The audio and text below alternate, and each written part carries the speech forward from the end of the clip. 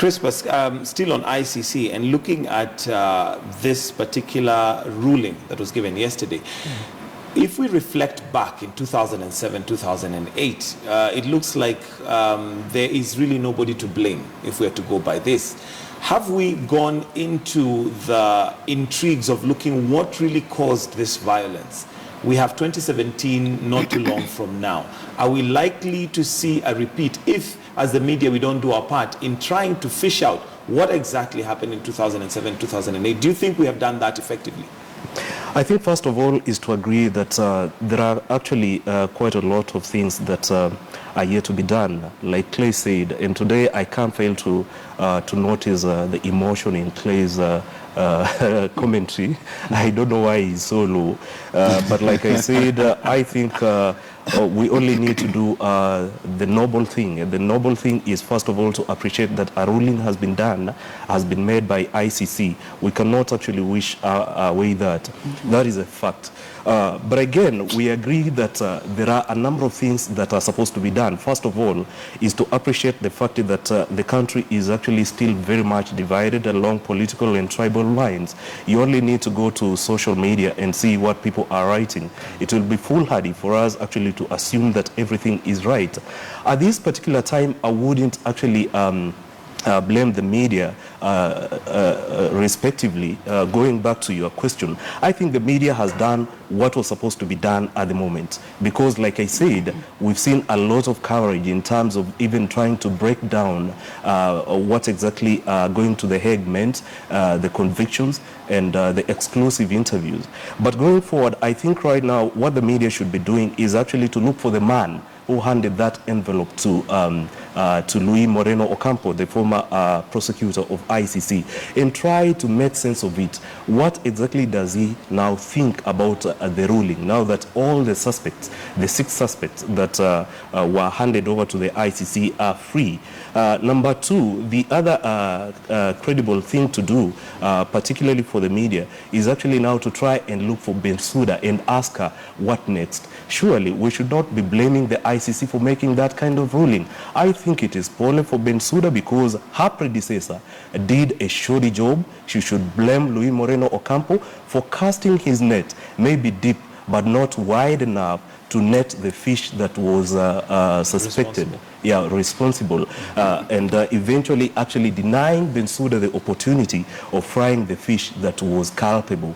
But going forward, I think it is incumbent upon the government to ensure that it is now walking the talk, bringing all tribes together, ensuring that the spirit of reconciliation is actually driven deeper, especially given the fact that we are going into an election next year, and going by the indications, it is going to be a very divisive political affair for this country.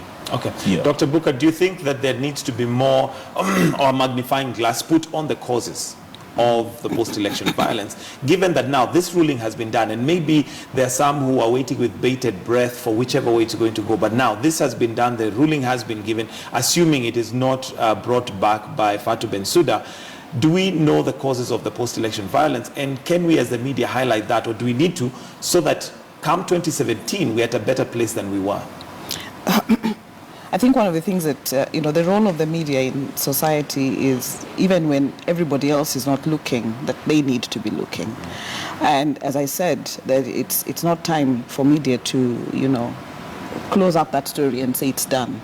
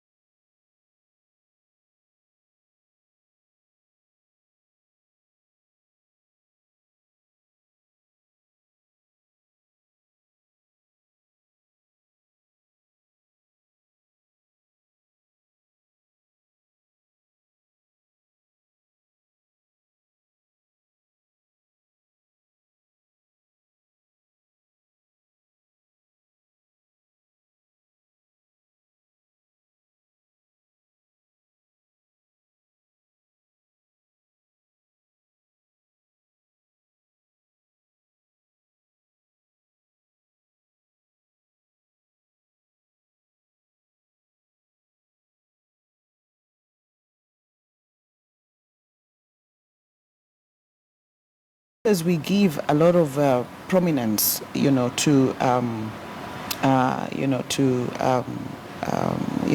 deputy president and to Sang, we also need to give prominence to the victims. I think we cannot forget that there were people to this. It's just, there were victims and there are those who have suffered as a result of this, and it's only fair that we also accord them the same amount of airtime, because we are likely to get lost in the celebration and forget that there's another side, to that story, which needs to be covered. And at the moment, I think media would be the only objective platform for that kind of coverage to happen. Okay.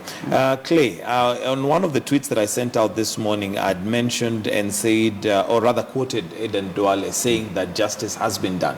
And somebody retweeted and said that, I think for us, let's move on. This has been done, let's move on. Do you think that's the notion we should take, that this has been done, let's move on to try and heal as a country? Or do we need to still revisit that question, especially of the victims? It's not about revisiting per se, or stoking fires, or fires that are dead and just that have died and stoking fires. But we cannot move on. I think the media still needs to go and try and understand the plight of the victims, because some of these people said suffering right at the camps. The listing process of how they're going to be compensated was too flawed. When somebody tells you like, oh, you must have an ID, you must have this. I mean, it is as if these people were actually packing when they were leaving, that, oh, let me pick my documents, let me do this. So there are very many other aspects of this eviction that actually the media we've not covered. Justice has been done to the suspects. You see, that one was settled out in court. Right. What about these other people actually who were evicted, either knowingly or unknowingly? I mean, they had to be uprooted from where they used to live. Either somebody attacked them, or probably because they were just chaos and some of them ran away. The people actually, there's an aspect of the victims there are very many aspects of the victims that we never actually even cover. We talk about somebody was evicted, somebody lost property. There are people actually who were on medication wherever they used to be. Then you're evicted, you move to another place. How do you start? The people who actually lost their lives, not because of they got injured, but because of they could not access medical care wherever they moved to. The people actually who lost educational opportunities, because somebody is telling you for you to enroll, are you going to prove when you move to the next place that, okay, fine, my son was in 35 when actually all your documents were lost? So there are all these things that actually we need to go back and we need to find how well the victims have actually been compensated or resettled. Yeah. So there's still a huge story that we can follow up. Yes, what we need to talk about now, and actually the people who need help, because all the suspects had the advantage of having so much money, and they could hire the best lawyers in the world. What about the victims, probably who have to rely on pro bono lawyers, on lawyers who don't charge them? You see, one of the lawyers for the victims, actually, I think he changed. On the other side, he was defending Charles Taylor, who actually was also being convicted of such kind of crimes. And this other side, he was defending the victims. The victims. Yeah, so I think the only people who can help the victims, some of them who actually, the very many victims actually who died not because died out of depression. The very many victims who sometimes you talk to them or sometimes you see them and they look at, and they keep on, they're still hurting because when they see somebody, or with a simple thing like probably a television set, he remembers like, I used to have something like that. Now I don't have anything. Okay. Yeah, so I think the only person who's going to help or to bring the plight of the victims is the media. And we've had all these stories like, oh, we're going to resettle the last IDPs and all that. No, we should not believe that story. We should go out there. And the media has been, the media has been indifferent. I am speaking like this because I one time did a story. I mean, I went to 6 different places, Western, Nyanza, Coast, just to talk to these IDPs. I was doing some work. And when you listen to their stories, when I go to a place like Kisumu and I talk to the local journalists, they tell me, no, we don't have IDPs here. When you go to Mombasa and you talk to the local journalists, they tell you, no, we don't have IDPs here. Everybody has been resettled. But when you go out there, you actually find these people, some of them have been who were actually evicted in 1992, 1997, 2002. They've always been evicted. So it just shows you that actually we've always had victims. We've had victims from 1992, actually, their cases have never been resolved. So 2007, 2008, there are quite a number, and it's because the media is not actually digging up and bringing up their issues to light, and I think that's what we need to do. Dr. Booker, do you agree that the media has not done their part to dig up those cases and bring them up to light? I think the media got lost at some point. There was a lot of coverage in the earlier years, but this has been going on for 6 years. And at some point, I think attention has moved on to other things. And, we've sat here before and talked about, sometimes the push to cover the next big story makes us forget some of those stories that live with us for a long time. And even questions about integration. What does it mean to be integrated? Are they being reintegrated? Are they being integrated? And what does that actually mean? And even just following up, because if somebody, for example, comes from the coast and they were a victim of the post-election violence and have now gone back to resettle at the coast, what does that mean for them? And there are lots of things that would come with that haven't really been interrogated. And focus then shifted, to the ICC for a very long time. We have seen journalists and media houses, sending journalists to camp at the ICC, whenever, the suspects or whenever the cases were being had. But we don't seem to see that kind of attention being given to the IDPs. We don't see them camping, in some of the resettlement areas where these IDPs are and covering their stories. And even whenever that is done, it's not with the kind of depth and the kind of attention So if we are to move on, and if justice is to be served, then it needs to be balanced. And I think this is an important point for us as a country, that even as we celebrate, that we do it with caution, because we realize that there is also the other person on the other end who we have to be sensitive to. And that's the role now of the media, to bring, say, hey, we are celebrating, but let's not forget that we have this with us. And especially as we gear up for towards the 2017 elections, that we cannot wish that away, because if we do, then some of these things are likely to affect us later, especially as we get to 2017. I want us now to move on to a different conversation, but still with matters politics. And this was what we saw in Kakamega on Saturday. And possibly, Yankem, just your thoughts on, first of all, whether we have concentrated on the correct story when it comes to, we have 2017 coming and we have political parties, getting together. And this, of course, was a display of some sort of unity or disunity. Your comments on Kakamega? I think I refuse to move on fast. You want to stay on ICC? Yes, but I agree that as a country, we are all in agreement that we cannot move on because there are critical things that are yet to be addressed. For the media, I think the easier part is gone. Now it is up to the harder part, which is now, like I said, trying to make sense of our political ecosystem. To me, the bigger story that should actually be told by the media is the address of the ICC. With regards to ICC, is actually suing for peace. That is very important. And as far as that is concerned, I think we need to be bold on reforms that are being suggested at IEBC, because that is actually the glue that will bind this country. And we need to also try to dig and try to make sense of what actually makes our politics so divisive, even as we head to the political contest of 2017. But very swiftly going to Kakamega, you've asked a critical question, and I think those are some of the telltale signs that all is not well in this country as we head to the elections.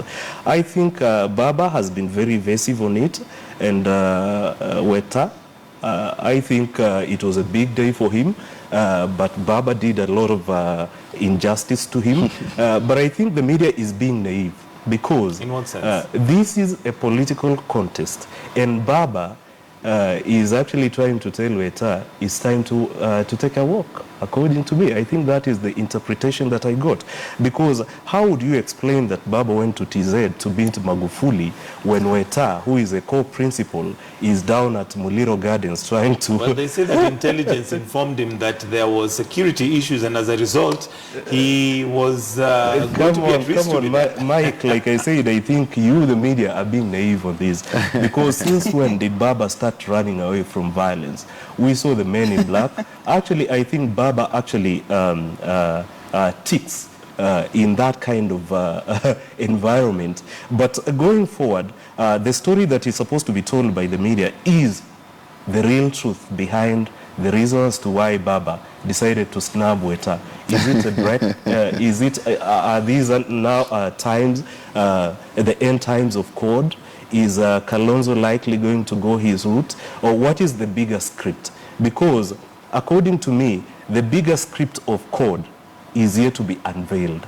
And it is true that Baba will go it alone. We don't know whether the running mate will be Kalonzo Musyoka or Weta, but somebody has to give way. That is your prediction. Clay, what is the story behind the story that maybe we're not telling? Because the story so far has been Baba did not attend Wetangula's launch. So is there a story behind that that we should be looking for? I think for me, most of the things that probably, he'll go it alone, he will do this. I think that one is... As a journalist, I mean, it's not something that I would actually start discussing, because we leave that to political analysts. I mean, Kenya's political analysts actually, who speak from their mouths, not from their heads most of the time. Because, yeah, they never get it right. So for that, I mean, it's not something I can't talk about that, whether he'll get it right or whether he'll go it alone or not.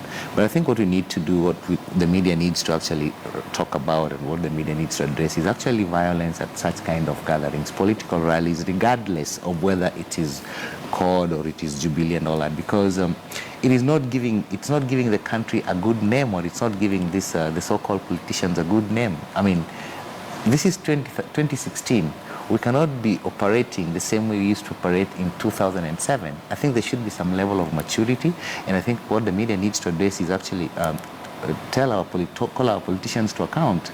I mean, what kind of image are they portraying? You see what happened at the University of Nairobi yesterday? Mm-hmm. I mean, where do these guys, does it start there, or is it that these people were like that at the university level, or is it that the university guys are actually seeing copying what is happening now? Because those are very young minds still. They're at the university, but they're young minds. Are they copying the political class? So I think that's what the media needs to address. I mean, we need to talk about this violence at political rallies. And when it comes to Luhya unity is an oxymoron. Anyway, but I think we need to interrogate this issue of violence at political rallies. Is it state-sponsored, or is it just that parties cannot maintain their own security? Who is supposed to supply to give security in such kind of gatherings? Apart from just what if even a fire broke out there? Because you're talking about people who are throwing tear gas and all that. What if somebody threw a petrol bomb there? Yeah. I mean, so how do we, these are some of the things that safety at these places, and actually we need to talk about violence at political gatherings. Okay. Yeah. Dr. Buka, and interesting that you talk about security and safety, because remember, just not too long ago, we had Raila's podium fall, came down. And of course, the question that was being asked is, first of all, why were there so many people on the podium? How was it built? This is a presidential candidate who is preparing. Of course, we're yet to wait and see. But again, coming back to security, is the biggest story in Kakamega more to do with the security angle, or the fact that Raila did not attend the meeting? I think the two are big stories. The fact that Raila did not attend the meeting is a big story. And, the kind of coverage that, journalists gave, or media gave to that story at that particular time, was sufficient, in the sense that, they now need to interrogate and find him and ask him, those questions, rather than speculate why he did not attend the meeting. So that's a big story.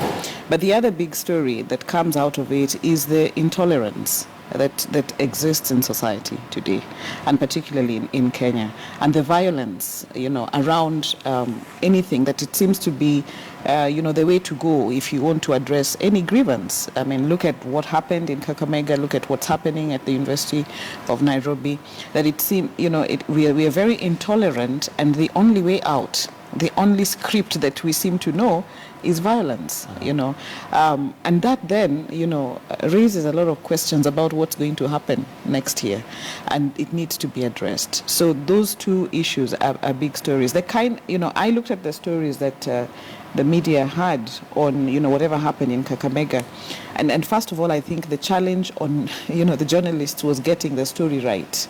There were lots of misrepresented facts in the stories, which also raises questions about the kind of reporters that were sent to cover that story. We didn't see big names around it, or some of the journalists who then interrogate, the stories.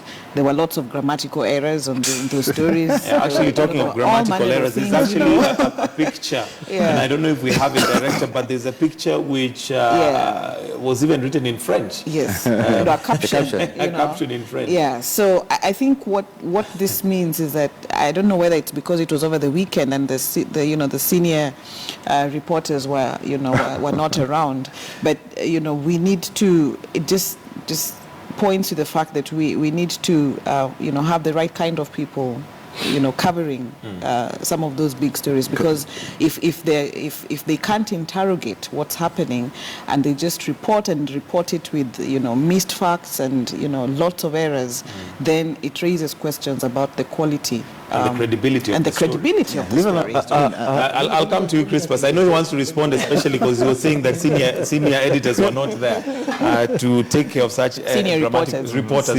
Yes, Clay. Actually, what is happening is it throws back, when you talk about senior reporters not covering a story and all that, it takes us back to the kind of training. I saw that coming. Because, and actually also, is it career, how you help probably students choose careers and all that. And it goes back to even the education system. There's been a lot of cheating. And actually, as an editor, I tend to feel it sometimes. Because you wonder, okay, fine, so this person graduated from the multimedia university with a degree in journalism, but this person cannot write a sensible statement or a sensible sentence. Or obvious grammatical errors. So, I'll just say this on air, I have decided that I am going to kill any story which has spelling mistakes. Grammatical mistakes, I can forgive. Spelling mistakes, I am going to kill, because this is the basic thing. And I tend to see that sometimes you get all these journalists tweeting and all that. Oh, I was taught with the best. By the best, I was taught by Dr. Buka. But if you look at what actually they present, the quality of what they present is not what Dr. Buka talks about here, or it's not commensurate with when you look at Dr. Buka. So I think when you talk about senior reporters not being there and all that, in the past 4, 5, or 6 years, the kind of people we've been churning out from these media houses, from media schools and all that, they leave a lot to be desired. And I think we need to go back to that takes us back to the level of training or how they're trained. I think I need to respond to that. And as you respond to that, maybe you could let us know whether the issue is actually the education system, or is it now at your level where you're training them? Because I don't know what kind of people you receive, because we also have, on Tuesdays, we do what we call Your Money, and you'll talk to employers and they'll tell you the same thing. The quality of employees they're getting now, I mean, you tell them to do an official email, it has grammatical errors, it has spelling mistakes, which I think it's text language, so I don't know. Where's the problem? I think it's a systemic problem, and starts all the way from our education system, which needs to be relooked at. But having said that, it would be a very high expectation to imagine that by the time somebody is graduating from an institution, that they have everything that it takes, to do a good story. They should be able to do a good story. But, the reason why I bring in the whole question about having the senior reporters is that, we don't seem to, media houses don't seem to have a retention plan for some of the very seasoned journalists to mentor the young and upcoming journalists. When I was in media, we had all these people around us who were mentoring us. And so irrespective of, the quality of the training that you had great mentors in the newsrooms. Some of them are yeah. So, so the question is, how many Clays, for example, are there who will say, I'm not going to accept a story if it has spelling mistakes, irrespective of what it is. Those are the people that we need. We need a critical mass of mentors, because you cannot say that you can write a good story if you've been in the newsroom for a month. You have to be in it. You have to go through the training. You have to go through it. Yes, and the training, would prepare you, but it wouldn't prepare you sufficiently to be able to go out and do that. And that's why we went on internship. That's why we spent lots of time, almost a year, just shadowing the work of senior before you actually left. Before you actually left and went to the newsroom. Yes, went to. So some of us, by the time we were going to the newsroom, we could actually write a publishable story, because we started writing these stories when you're still you're shadowing, and you have a mentor, like you mentioned. Christmas, is it a matter of concern that the day and age we are living in, the credibility of a story is actually almost faulted before you've even read the story? Because first of all, you've got grammatical errors, you've got spelling errors. So if you're coming from the school of thought where spelling is an issue, you'll not even go ahead and read that story. Really, you'll not give it any time to read through it. Perhaps I think we need to ask us a few questions. For instance, what actually goes into a good story? Because a good story is relative. What might be good to you might not be good to me, and it depends with the issue that is being covered. For instance, whatever happened in Muliro Gardens, I think there were various interpretations. There are those that went with the violence, there are those that went with the missing out of Baba, but the missing link was actually what Weta was saying. What does he stand for, even as he declares his interest in terms of running for the presidency of this country? But perhaps actually the media malaise at the moment is what I would call specialization, because it depends. We have financial journalists, we have political journalists, and we have human interest journalists. So it actually comes down to that. Where exactly do you send your reporter to? That is the critical question. Do you take a financial journalist and send him or her to a political function? It is very obvious that if that is done, actually, you'll be doing a lot of injustice to that particular reporter. But again, I think I want to agree with Clay when it comes to training. We have a lot of people who are being churned out, half-baked. Media institutions, a lot of them in this country, when you look at, they have actually cheapened the art of journalism. It is no longer a career. It has come down to good faces, good voices, and maybe fellas who can churn out articles and call them satirical stories. So I think these are critical things that we must start addressing and address them in a serious way. And then the other thing that I think is important for media houses to do is what I would call a mentorship program. They need to be big on that. They need to be serious on that, so that when you look at media houses in the US, they retain their best. The Christian Amanpos, these are fellas who have been there for quite a long time. Quickly, I would also want to address our political culture. I don't see anything wrong with our political culture in terms of violence, like my colleagues have put it. You need to look at what is happening in the US. Trump's rallies have been associated with violence. So Kenya is not unique. Maybe we need to address. So you're saying it's okay? Just because it's okay, it happens in the States, does it make it okay for us? I'm not saying that it is okay. Don't get me wrong. Don't get me wrong. The worst. What happened to being the best? Why do Kenyans fear being the best? That you always have to compare yourself. I think Clay, you keep on pulling that line. But what I'm saying is, I think we need to ask ourselves questions. What exactly makes our politics tick? That is the question. Okay, and we need to wind up. I need to read some of the responses that are coming. So very briefly. Yeah, let me just add something to the discussion. My lion. Let me just add, something else to the discussion.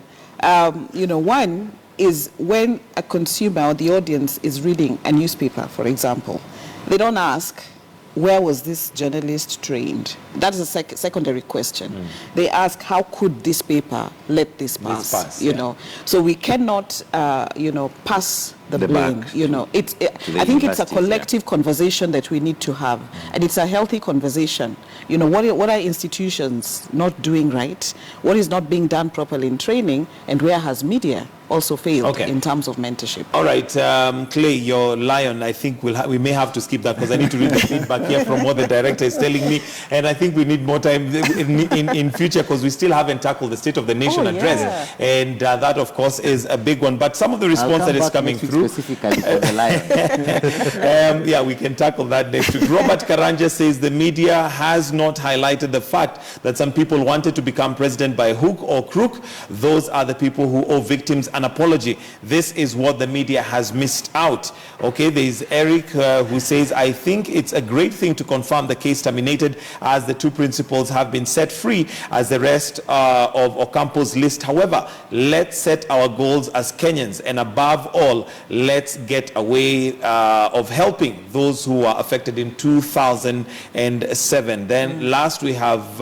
Andrew Franklin, who says botched Hague trial in quotes, Al-Shabaab botched attacks, and KDF camp at Buare in Lamu County as a question. Well, that's where we're going to wind up the newsroom this morning, and for some reason it just feels like it was 10 minutes.